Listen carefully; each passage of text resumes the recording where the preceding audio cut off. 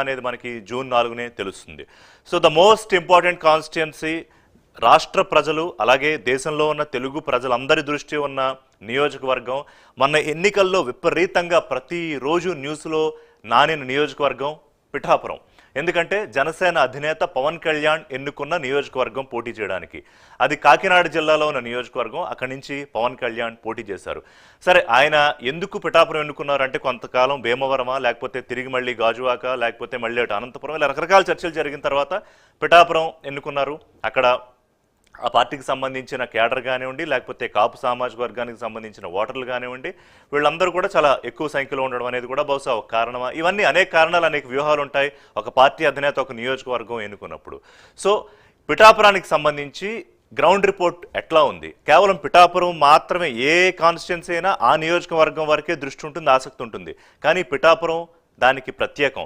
ఎందుకంటే అధికార వైసీపీ చాలా కీన్గా అక్కడ పవన్ కళ్యాణ్ని ఓడించడమా లేకపోతే మెజారిటీ తగ్గించడం అనే దాని మీద విస్తృతమైన ప్రయత్నాలు చేసింది. ఇక తెలుగుదేశం పార్టీకి సంబంధించి గతంలో ఉన్న ఎమ్మెల్యే వర్మ, ఆయన ఈసారి పూర్తి స్థాయిగా పవన్ కళ్యాణ్ కోసం వెనక్కి తగ్గడం, ఇవన్నీ పరిణామాలు చూసాం. సో ఏం జరిగింది? ఇప్పుడు ప్రజలు ఏమనుకుంటున్నారు? మెజారిటీల గురించి ఏమనుకుంటున్నారు? లేకపోతే దాని మీద బెట్టింగ్లు జరుగుతున్నాయి ఏంటనే రిపోర్టు పూర్తిగా వర్మ మనకు ప్రజెంట్ చేస్తారు. వర్మ, ఏంటి పిఠాపురం స్పెషల్ చెప్పండి. ఎక్కడ ఏం జరుగుతోంది? అక్కడ ఏమనుకుంటున్నారు? అక్కడ గ్రౌండ్ రిపోర్ట్ ఏంటి? నియోజకవర్గం పిఠాపురం నియోజకవర్గానికి సంబంధించినంత వరకు ముఖ్యంగా పవన్ కళ్యాణ్ ఒక పార్టీ అధ్యక్షుడు అయ్యుండి పిఠాపురం నియోజకవర్గాన్ని ఎంచుకున్నప్పటి నుంచి కూడా ఇక్కడ అంచనాలు కూడా చాలా భారీ స్థాయిలో ఉన్నాయి. తొలుత నుంచి కూడా భారీ అంచనాలు. పవన్ కళ్యాణ్ గెలుపు అయితే తథ్యం, మెజారిటీ గురించే ఎక్కువగా చర్చ అయితే నడిచింది. ఇది రాష్ట్ర వ్యాప్త చర్చ కాదు, దేశవ్యాప్తంగా కూడా మీరు చెప్పినట్టు దేశవ్యాప్తంగా భారీ అంచనాలు, భారీ బెట్టింగ్లు కూడా జరిగే పరిస్థితులకి దారితీసిందంటే పిఠాపురం నియోజకవర్గంలో ఆ విధంగానే పోలింగ్ జరిగింది. ముఖ్యంగా పోలింగ్ శాతం కూడా కానీ విని ఎరుగని రీతిలో పూర్తి స్థాయిలో ప్రస్తుతం పవన్ కళ్యాణ్ నియోజకవర్గం ఆ నియోజకవర్గం నుంచి పోటీ చేసిన తర్వాత 86% దాటి పోలింగ్ అయితే పిఠాపురం నియోజకవర్గంలో పోలైంది. ముఖ్యంగా ఇక్కడ కాపు సామాజిక వర్గం ప్రతిసారి తమ అభ్యర్థిని అక్కడ నిలబడినప్పుడు ప్రతి ఎన్నికల్లోనే కొత్త అభ్యర్థిని ఎన్నుకోవడంతో పాటు డిసైడింగ్ ఫ్యాక్టర్ కూడా కాపు సామాజిక వర్గమే కావడం. అయితే పవన్ కళ్యాణ్ అదే సామాజిక వర్గానికి చెందిన వ్యక్తి అయినా పూర్తిగా కూడా ఒక పిఠాపురం కేంద్రంగానే రాష్ట్ర వ్యాప్తంగా కూడా ఇక్కడి నుంచే పోటీ చేస్తూ ఆయన ప్రభావాన్ని పూర్తి స్థాయిలో రాష్ట్ర వ్యాప్త నియోజకవర్గాల్లో ముఖ్యంగా కూటమితో భాగస్వామిగా ఎన్డీఏతో ముందుకెళ్తూ ఉన్న తరుణం ఒకవైపు జనసేన పూర్తిగా కాకినాడ జిల్లాకు సంబంధించిన వరకు ఆయన పోటీ చేసేది పిఠాపురం నియోజకవర్గం అయినా సరే జిల్లా రాజకీయాలన్నీ కూడా ఒకవైపు మారుస్తూనే పిఠాపురం కేంద్రంగానే రాష్ట్ర రాజకీయాలకు కూడా కొంత ఊపిచ్చారు. ఆయన గేమ్ చేంజర్ ఖచ్చితంగా ఈసారి ఎన్నికల్లో అని ఒక మాటను కూడా ప్రజలు మాట్లాడుకునే పరిస్థితికి పిఠాపురం నియోజకవర్గంలో ఆయన పోటీ అయితే కొనసాగిన పరిస్థితులు అయితే ఉన్నాయి. ముఖ్యంగా వైసీపీ కూడా ఏమాత్రం తగ్గకుండా గతంలో అక్కడ ప్రజారాజ్యం తరపు నుంచి పోటీ చేసి గెలుపొందినటువంటి వంగా గీత అలాగే కాకినాడ ఎంపీగా ఆవిడ కొనసాగుతున్న తరుణంలో ప్రస్తుతం ఆవిడని ప్రత్యర్థిగా పెట్టి పవన్ కళ్యాణ్ కోసం ముఖ్యంగా అక్కడ నియోజకవర్గ ప్రజల్ని ఆకట్టుకోవడానికి ముఖ్యంగా మిథున్ రెడ్డి లాంటి వాళ్ళని ఒకవైపు కాపు ఉద్యమ నేత ముద్రగడ పద్మనాభాన్ని పూర్తిగా కూడా వైసీపీలో వాళ్ళతో మాట్లాడిస్తూ పూర్తి స్థాయిలో వాళ్ళు పర్యవేక్షణలో పూర్తిగా నియోజకవర్గంలో ఎన్నికల కోసం ప్రత్యేకించి ఒక కార్యాచరణ రూపొందించుకుని ఒకవైపు డబ్బు మద్యం పంచనటువంటి రాజకీయాలు చేయడానికి రాజకీయ రంగప్రవేశం చేసినటువంటి పవన్ కళ్యాణ్ని ఓడించడానికి వాళ్ళు ఆ రెండింటి ఆయుధాలను ఎంచుకుని ముఖ్యంగా డబ్బు పంచారు, మద్యం కూడా భారీగా పంచడం జరిగింది. పిఠాపురం నియోజకవర్గంలో 8 కోట్ల పైబడి పూర్తిగా కూడా మద్యం కూడా దొరికిన పరిస్థితులు అయితే ఉన్నాయి. ఈ విధంగా ఆకట్టుకోవడానికి ఎన్ని ప్రయత్నాలు చేసినా అక్కడ ప్రజలు తీర్పు మాత్రం ముఖ్యంగా పవన్ కళ్యాణ్ ఆ నియోజకవర్గం ఎంచుకోవడం ముఖ్యంగా దత్తాత్రేయుడికి దత్తుడిగా దత్తపుత్రుడు అని కామెంట్ చేస్తుంటే నేను నిజంగానే దత్తాత్రేయుడి క్షేత్రం పిఠాపురంలో ఉంది, దత్తపుత్రుడిని అని కూడా చెప్పిన నేపథ్యంలో పూర్తిగా ప్రజలు కూడా ఆయన పవన్ కళ్యాణ్ ముఖ్యంగా వాళ్ళు ఎన్నుకోవాలి ప్రత్యేకించి అన్నది ప్రధానమైన 2 అంశాలు. ముఖ్యంగా ఆయన సొంత డబ్బులు తను కష్టపడి సంపాదించిన డబ్బులు కౌలు రైతులకి ఆసరాగా కోసం ఇవ్వడం జరిగింది. అలాగే ముఖ్యంగా జనసేనకి సంబంధించి పార్టీ సభ్యులు ఎవరైనా సరే వివిధ ప్రమాదాల్లో మరణిస్తే 5 లక్షల రూపాయల కుటుంబానికి కూడా ప్రతి నియోజకవర్గంలో రాష్ట్ర వ్యాప్తంగా కూడా అందరికీ స్వయంగా పంచిన పరిస్థితులు కూడా ఉన్నాయి. ఈ 2 ప్రధాన అంశాలు ప్రధానంగా వాళ్ళని ఆకట్టుకోగలిగింది.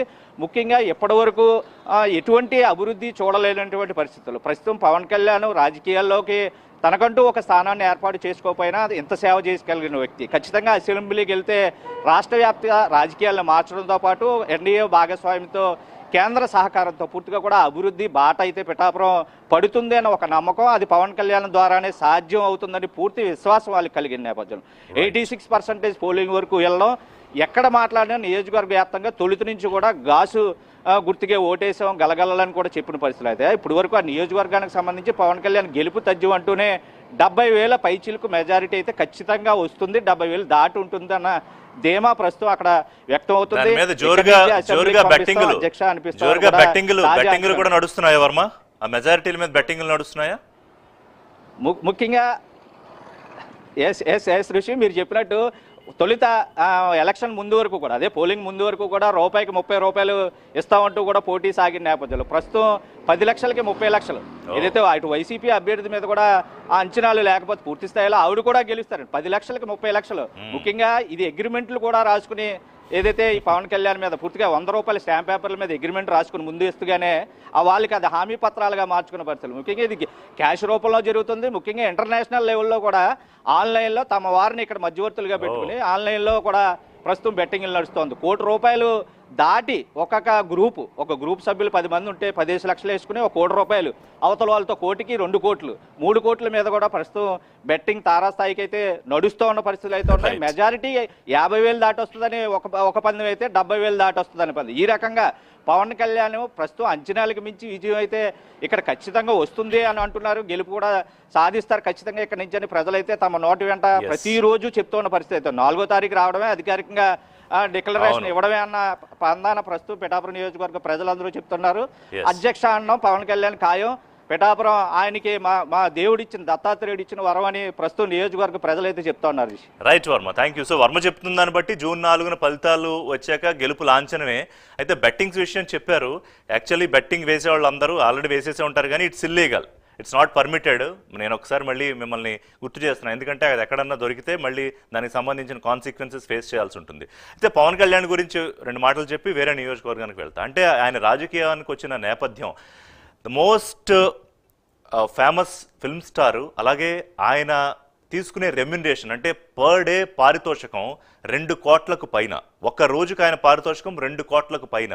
అయినా ఆయన రాజకీయాల కోసం సినిమాలకి టైం ఇవ్వలేక ప్రొడ్యూసర్స్ అందరూ క్యూలో ఉన్న ఆయన ఎన్నికల కోసం మొత్తం సినిమాలను పక్కన పెట్టారు. అలాగే 20 నుంచి 25 ఏళ్ల పాటు రాజకీయం చేయడానికి వచ్చాను, ఇవాళ రేపు వచ్చి చేసేసి గెలుపా ఓటమా అనేది కాదని చాలా నిశ్చితమైన అభిప్రాయంతో ఆయన రాజకీయాల్లో పాతుకుపోవడానికే ఈ రంగం, ఈ మార్గం ఎంచుకున్నారని అనేక సందర్భాల్లో చెప్పారు. చూద్దాం ఆయన రేపు గెలిచి అసెంబ్లీకి వెళ్ళిన తరువాత మరి ఆయన ఏ స్థాయికి వెళ్తారు, అది రాష్ట్రంలోనా కేంద్రంలోనా, ఏ రకమైన రాజకీయ ఈక్వేషన్స్లో ఆయన కింగ్ పిన్గా మారుతారో ఇప్పుడు మనకేం తెలియదు. చూద్దాం జూన్ 4 తర్వాత ఎటువంటి పరిణామాలు వస్తాయి. బట్ గ్రౌండ్ రిపోర్ట్ అయితే ఆయన అసెంబ్లీకి పంపిస్తున్నాయి, మెజారిటీ కోసం మాత్రమే చర్చలు జరుగుతున్నాయని మనకు అర్థమవుతోంది. ఇక మరో ముఖ్యమైన